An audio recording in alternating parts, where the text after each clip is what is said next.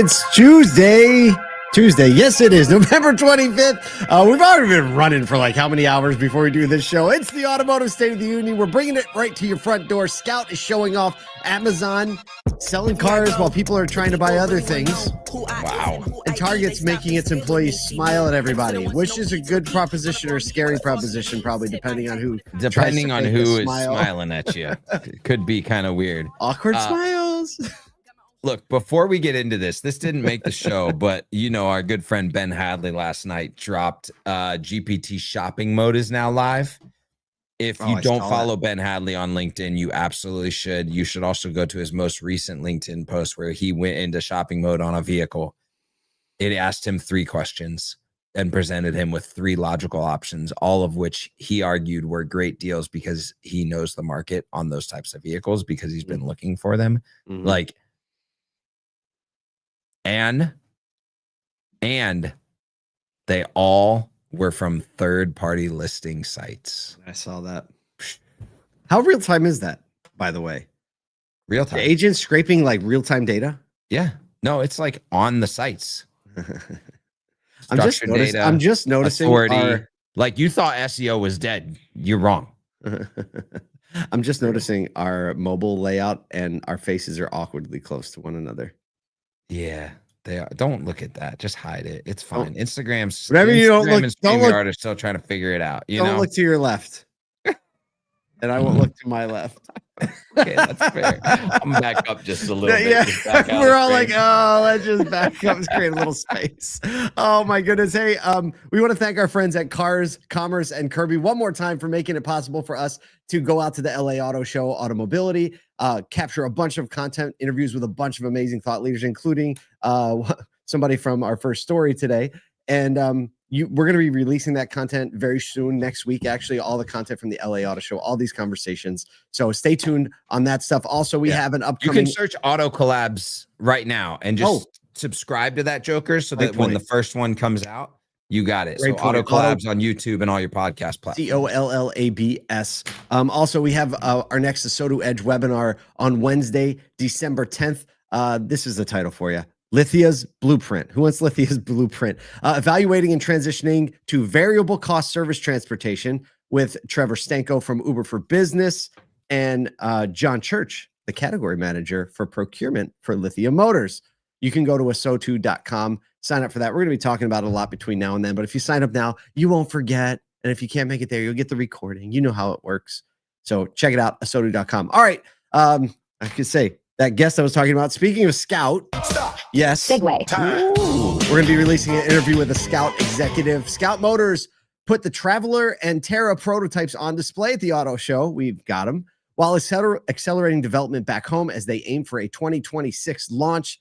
The test, they call them the test mules. And we actually talked to Ryan Decker about driving one of these, are advancing fast, and the South Carolina plant is nearly ready for early builds. Scout's going to begin building bodies and early vehicles in its Blythewood, South Carolina plant late 2026 as equipment installation is continuing. And executives are now driving these early mules, talking about their strong dynamics, software integration tied to that Rivian VW electrical architecture. Multiple, quote, Frankenstein generations of mules are undergoing chassis, traction control, and cold weather validation as the company is targeting a sub $60,000 starting price, which would be very impressive if you've seen some of these vehicles. Final production closely mirror what they had at the LA Auto Show prototypes. We have some imagery of those with only some manufacturing tweaks, such as some new lighting inserts and things like that. VP of Strategy and Brand, Ryan Decker, he said, quote, I drove my first mule a few weeks ago. Super special moment. It's dynamic for a vehicle that has our capability. Is that pulled from our interview, Nathan? That's pulled directly from our interview. I know we talked about it. remember him saying that. Yeah. So Ryan Decker, first of all, was a complete gentleman and full of class, understood the brand extremely well and their go-to-market strategy, their community strategy. You're going to want to check out that episode when it goes live. So make sure you subscribe to Auto Collabs. Here's the thing. To be sub $60,000, we looked inside these vehicles. The fit and finish just of these mules, of these early those are not $60,000 ones. No. But even just like the fit and finish, right? It's very clear that they are paying attention to detail, that they understand their potential customer, right? A very rugged style customer, but also desiring some level of luxury, desiring, that EV space to be there. And now paired with the thing that we talked about just a week or so, couple weeks ago, this range extender, that this is going to be a vehicle. I can understand why VW dealers are so hell-bent on trying to get access to selling this, because just seeing them in person and talking to Ryan, like, it's a dialed-in brand. Now it's time for the OEMs to obviously pay a lot of attention to what the consumer is saying through them and try to pivot strategically to give the people what they want. I would say up close, it feels like a mix between the new Telluride, a Range Rover, and a Bronco. Yep. That feel about right? Yeah, there's a little Rivian in them, but everybody. Oh, well, for sure. I'm just talking about like traditional OEMs. Yeah, I mean, everybody's going after a very similar, like, how do we give people this rugged, like, rugged luxury? Rugged luxury. Luxury. That's how my daughter. It sounds like Scooby-Doo says it if you say that. Luxury. But I tell you, the most impressive feature of anything on that Rivian is the fact that they brought back the bench seat to the front of a truck. So let's go. I'm all in on the bench seat. All in. Speaking of being all in, yeah. Segue time. Amazon's experiment with car retail is turning into something real as early buyers and dealers say the platform's already driving fresh traffic and some confidence into the process, with Ford, Hyundai, and Hertz now listing vehicles on the platform. Dealers are saying the visibility is unmatched. Quote, Amazon gets a tremendous amount of eyeballs, and we expect it to be a powerful tool, says Brady Schmidt of Puente Hills Ford. Hyundai reports nearly all Amazon browsers were new to the brand. Dang. And 40% became more likely to consider Hyundai after seeing vehicles on the site. Obviously, Amazon, people trust it. They know it's convenient. They know it's hassle-free. Is reducing buyer hesitation around high-ticket items, with an estimated 10% of buyers making a purchase of over $1,000 in a year. Early buyer Steve Picotti bought an $8 USB cable. We've all been there. Oh, I need this cable. A $90 beard trimmer because that's what they served him up. I can appreciate the beard trimmer ads. And then he bought a $45,000 Hyundai Santa Fe SUV, saying, quote, I'm a pretty religious Amazon shopper. I knew if it was coming directly from Amazon, it would be legit. I said to my wife, let's just try it. So much of retail, so much of transactions, so much of buying and consuming is based on a transfer of trust. And the transfer of trust that people will get from going, oh, this thing is on Amazon, it must be good, right, is insane. And what that's going to do, and you look at this, like, browsers that are new to the brand, is it will allow cross shopping at a level that you haven't seen before, because the transfer of trust will be universal. They will go, consumers will go, oh, this vehicle is on Amazon, it must be something that I should look at. Where what they are may the have not ever consumed. What are the suggestions going to look like? Imagine like other brands. Now other brands are like, you start seeing more of this stuff, and other brands are going to be like, we need to be on there. Like, we have to be. We have to be in the mix. I literally got a call like 5 minutes before we jumped on here from someone that is asking about, like, what's the landscape look like for this? How wide open is this? So yeah. It's gonna, David Spies, and then the whole other part of the conversation is, I think David Spizak pointed out in a LinkedIn post last week that Amazon's saying they're detecting automotive buying signals 240 days in advance. Yeah, I'm sure. Like, and they can map that, they can serve it up.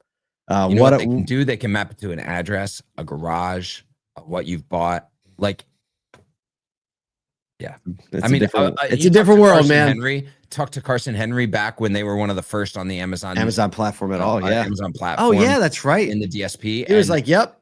They were already talking about, like, oh no, all these signals around, like, we're searching for baby clothes, and we only have a sedan in the house. Like, clear potential buying signal. And now even more data coming into that, because people might click in that, scroll down a few clicks, and then move back to something else. Now you're a shopper. Oh my gosh. Speaking of shopping. Stop. Segue. Time. A few more smiles while you're shopping. Target is launching a new 10 4, customer interaction rule, mandating smiles, greetings, and waves to boost guest satisfaction as the retailer battles declining traffic. Employees must smile, wave, or acknowledge a shopper within 10 feet and give a verbal, friendly greeting within 4 feet. Leadership says this goal is to create more connection through a tough sales period and heading into the holidays. Some employees online are saying the policy feels forced and may backfire, with concerns about awkwardness, introverted shoppers, and secret shopper enforcement. Others see it as a normal retail hospitality, a simple need anything or how's it going, depending on the guest's cues. Executive Vice President Adrienne Costanzo said, "We know when our guests are greeted, feel welcome, and get the help they need. That translates to guest love and loyalty." All right, I have some thoughts on this. Go for Number one, have you ever what types of waves have you ever seen? Like, just name a few types of waves. You got the little like peace sign. You got the deal. You know, there's like the hand gesture part is weird. No. My point is, I knew it was going to be hard for you to demonstrate, and you think of what waves you see on TV. You see the enthusiastic ones, hi, right, the big hands, and then you see like the awkward ones, like hi, right. Yeah. And I think the waving is really strange. That's my opinion, because I don't wave at a lot of people. No, in general, nobody waves, and no one waves at me. And then if someone waves, I am forced to either be a total douche or respond, right? And then I like the greeting though. The greeting's great, but a greeting at like the 10-4, it's a distance thing. At 10 feet, you need to wave. At 4 feet, you need to greet. Yeah, right. The wave is 4 feet's kind of close, in my opinion.